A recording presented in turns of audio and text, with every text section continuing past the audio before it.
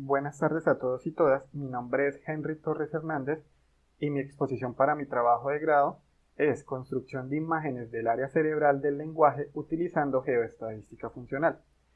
Mi trabajo de grado es dirigido por la doctora Marta Patricia Borges Castañeda. La presentación constará de 7 partes, empezando con el contexto de por qué trabajar esta metodología, una breve descripción de los datos con los que se trabajó, el objetivo específico, un breve resumen teórico del utilizado para el desarrollo del trabajo, la aplicación que se realizó, algunas conclusiones y por último las referencias bibliográficas. Entonces, en muchas disciplinas es común ver los grandes volúmenes de información registrados, como por ejemplo cuando se mide la calidad del aire. Entonces, cuando las curvas son series de tiempo que varían espacialmente, el análisis de datos funcionales es un enfoque alternativo al modelado espaciotemporal, y este enfoque se debe a que los datos espaciotemporales tienen alta correlación en el tiempo y el uso de unas pocas componentes principales funcionales pueden brindar facilidades para hacerlo. Aunque su enfoque no es solo temporal, pues también se puede hablar de profundidad en el espacio, o también se puede hablar del dominio de la frecuencia, o incluso el dato funcional puede ser construido suavizando en el espacio. Eso sucede en el caso en que se tengan más datos en el espacio que datos en el tiempo. Para dar una breve descripción de los datos, una persona piensa cada una de las vocales A, E, I, O y U con el fin de medir los impulsos electromagnéticos generados por el cerebro. Esos impulsos se captan con 21 electrodos, lo que se traducen en 15.000 observaciones por cada electrodo en cada una de las vocales consideradas en el trabajo a realizar. El objetivo específico es generar imágenes de predicción de los scores del primer componente principal funcional. Esto con el fin de encontrar diferencias entre las imágenes generadas para cada una de las vocales. Ahora, para llegar hasta la aplicación es necesario hacer algunas definiciones. Entonces, pues vamos a hablar un poco de datos funcionales, de componentes principales funcionales y de Kriging usando las componentes principales funcionales. Entonces comenzamos con datos funcionales. Sea x de t una función definida sobre algún conjunto t, entonces una variable aleatoria x de t se llama variable funcional si toma valores en un espacio de dimensiones infinitas, o espacio funcional. Una observación x de t se llama dato funcional. Ahora vamos a suponer que estas observaciones están en L2. Un conjunto de datos funcionales es la observación de n variables funcionales idénticamente distribuidas. Ahora, como nosotros tenemos que x de t es cuadrado integrable, esto nos va a garantizar la existencia del primer y del segundo momento, lo que se traduce en varianza finita. Ahora, dándole un enfoque espacial a los datos funcionales, sea d sub s, que está en Rd, el conjunto espacial índice y sea x sub s de t con s en el conjunto espacial índice una variable aleatoria funcional espacial. Entonces, un conjunto de datos espaciales funcionales es la observación de n variables funcionales en el conjunto de lugares espaciales S. Ahora se hablará un poco de qué son las componentes principales funcionales. Entonces, los coeficientes de base dados por los scores de las componentes principales asociadas f sub j, s sub i, que es el score de la componente principal j en la ubicación espacial s sub i, que están definidas como el producto interno entre la función que se está representando, es decir, la variable aleatoria funcional, y psi, que son las funciones que conforman un conjunto ortonormal. J va a ser desde 1 hasta acá, que van a ser la cantidad de componentes principales funcionales a considerarse, que específicamente para el trabajo que estoy presentando es 1 porque vamos a trabajar con la primera componente principal. Entonces, según Horvath y Kokoska en el 2012, la aproximación de esa base es uniformemente óptima en el sentido de minimizar esta ecuación. Entonces, estos estimadores se llaman componentes principales funcionales empíricos, que son obtenidos de la función de covarianza.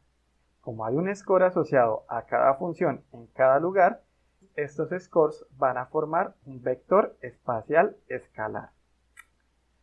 Ahora vamos a hablar del kriging usando los scores de las componentes principales funcionales. Entonces, pues, podemos usar el kriging simple propuesto por Cressy en el 93 para predecir el vector f1 de S0. ¿Por qué f1? Porque solo vamos a tener en cuenta en este trabajo la primer componente principal funcional y donde S0 es la ubicación espacial no muestreada. Entonces, el kriging simple del vector de scores en S0 viene dado por la siguiente ecuación, que es la suma desde i igual 1 hasta n de f1 de s sub i, que son los lugares espaciales muestreados por lambda sub i, y todo esto para lograr predecir f1 asterisco de S0.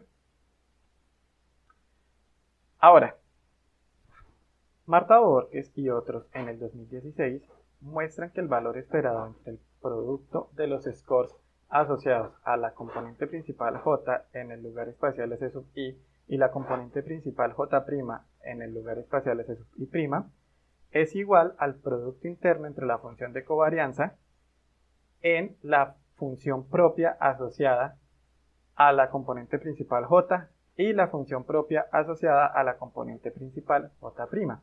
Entonces esto nos da pie para hablar de la función de autocovarianza espacial, donde la función de autocovarianza espacial es igual a eta sub 1, que será el valor propio asociado a la primer componente principal, que en dado caso puede ser la silla del semivariograma, y pues esta va multiplicada por ρ sub 1, que es la función de autocorrelación, donde la función de autocorrelación por la covarianza es autocovarianza espacial, y lo más usual es que esta se modele utilizando la función de semivarianza o el semivariograma asociado.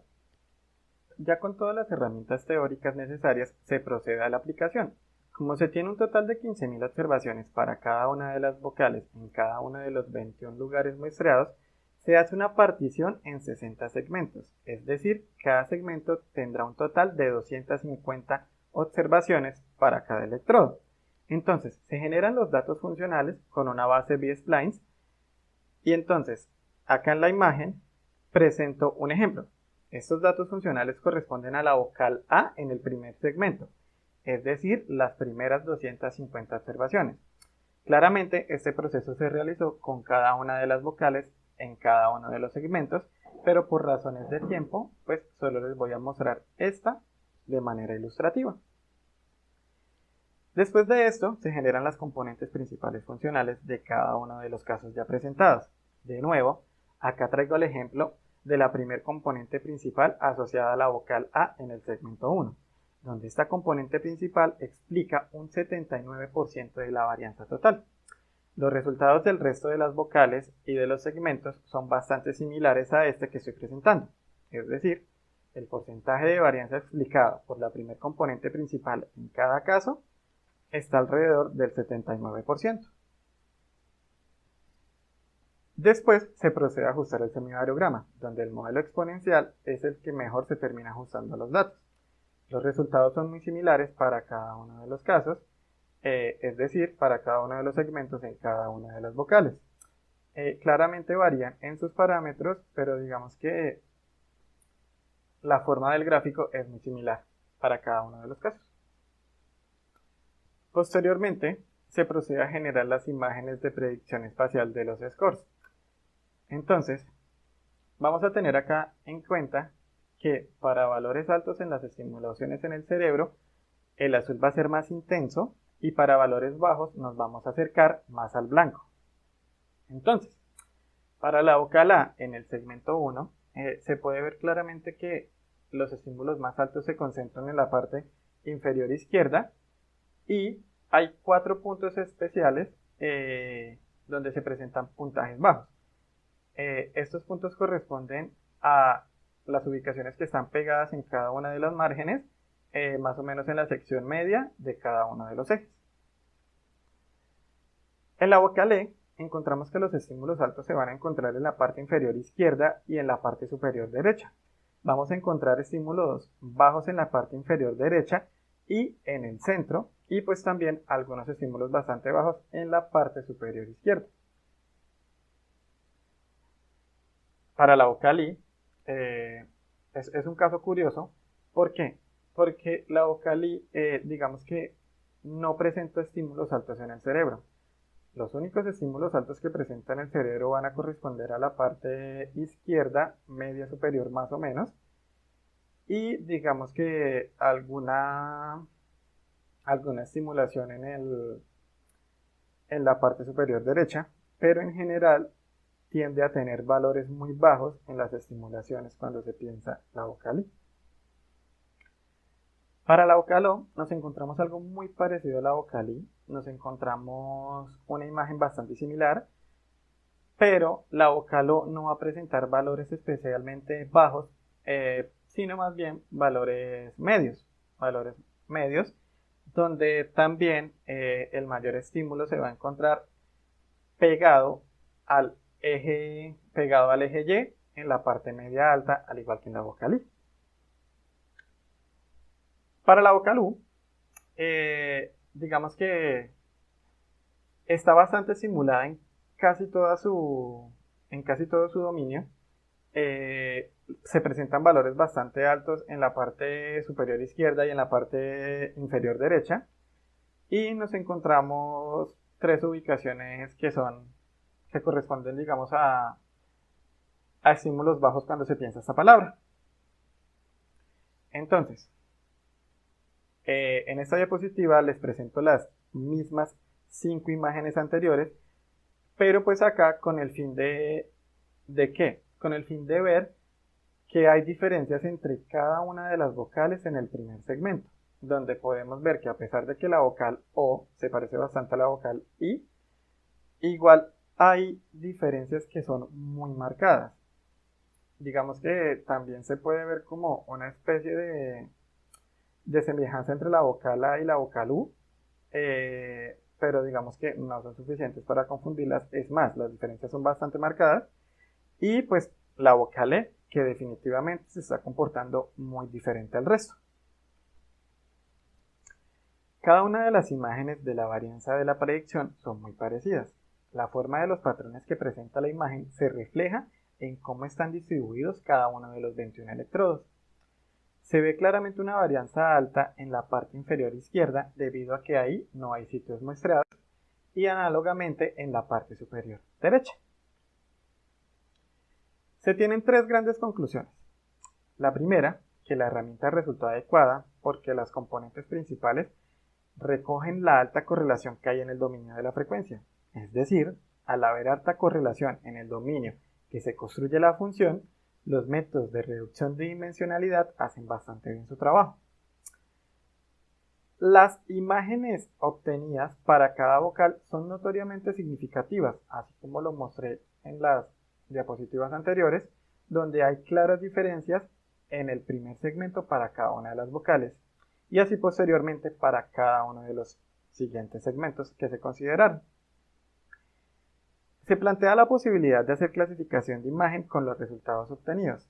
Entonces, como trabajo futuro, se planea incluir más componentes principales para mejorar las imágenes de predicción y posteriormente generar imágenes de las señales funcionales directamente. Acá está la referencia bibliográfica en la que me basé para realizar mi trabajo de grado. Este video está subido en YouTube y en la descripción van a encontrar el link de un drive donde van a poder ver las predicciones, pues donde van a poder ver las imágenes de las predicciones de los scores en todos los segmentos en cada una de las vocales. Entonces son bastantes imágenes, son 300 imágenes de predicciones y son 300 imágenes de varianzas. Entonces ahí pueden ir y pueden constatar las diferencias que hay entre cada una de las vocales. Muchísimas gracias.